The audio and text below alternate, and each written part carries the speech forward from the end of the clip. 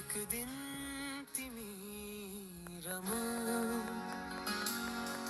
मात्रै भए संसार कस्तो हुन्थ्यो होला। धन सम्पत्ति पनि यो संसारमा सस्तो हुन्थ्यो होला। न तिमीले घात गर्थ्यौ न छाडी नै जाने थियो हाम्रो